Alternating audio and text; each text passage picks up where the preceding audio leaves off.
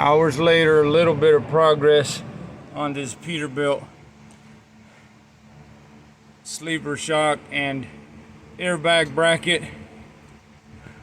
We managed to knock bushing, oh man, out of this side. That that little piece of wore out junk right there. This is an old bushing that I cut piece off to make one. The one that was cut there you see is right here, this side. Then I cut it slightly too long because I was trying to make sure it'd be snug on this strut. Then over here I had to use a starter bushing. I cannot get that stinking bushing out, so I used a starter bushing. I cut it, fit it in that hole to take up some of the slack, but most the weight's going to be resting on the other side. Then we got the copper bushing, or brass bushing, excuse me, this here. That one got messed up in the process of trying to knock this old bushing out after getting the other one out. So I got it knocked in here fine. The inside of it's a little bit scruffed, but I'll be able to turn the bolt. It'll go right in.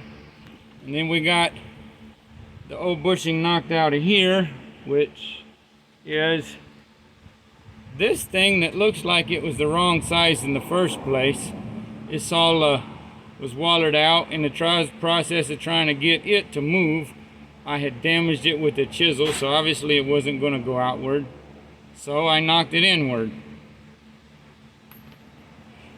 The strut should go in there now when I lower the airbags on the air suspension, and thankfully I got 2 of these extra I'll be putting back in the truck to carry with me. This will go down here, and the bolt, oh boy, I cannot reach it over the drive shaft.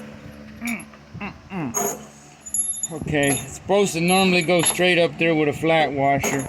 In order for things to draw in snug, I think I'm going to try putting a lock washer on either end to make sure everything draws in snug. That was part of the problem.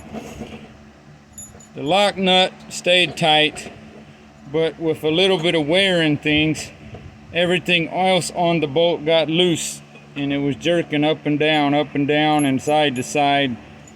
I'm going to have to try to get a new bolt. I think it's too late to manage to do that now because all of my tools and personal stuff and spare parts are pulled out of this truck, and I'm supposed to leave at 6 a.m. in the morning tomorrow to pick up a load. So I'm going to have to measure that metric bolt and get a 5/8 bolt the same length like it and change it as soon as possible. So also we're getting some shocks ready to be able to put on here. Get this bungee out of my arm. We got the strut there. There's my big shop hammer. I had to disconnect the leveling valve to get the airbags to go up enough to try to get that sorry shock out of there. That's its control. Okay, there's the leveling valve. All grimy, filthy. And oh, I went too far for the shock. See, yeah, that's going to need something, so I'm going to do this.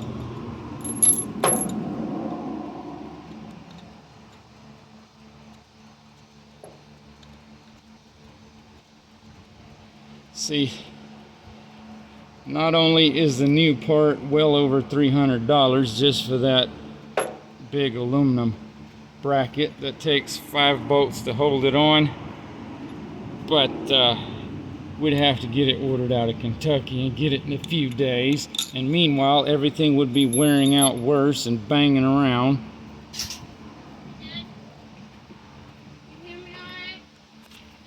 So uh-oh, come on. All right, well, it's time to get a bigger hammer. Next step,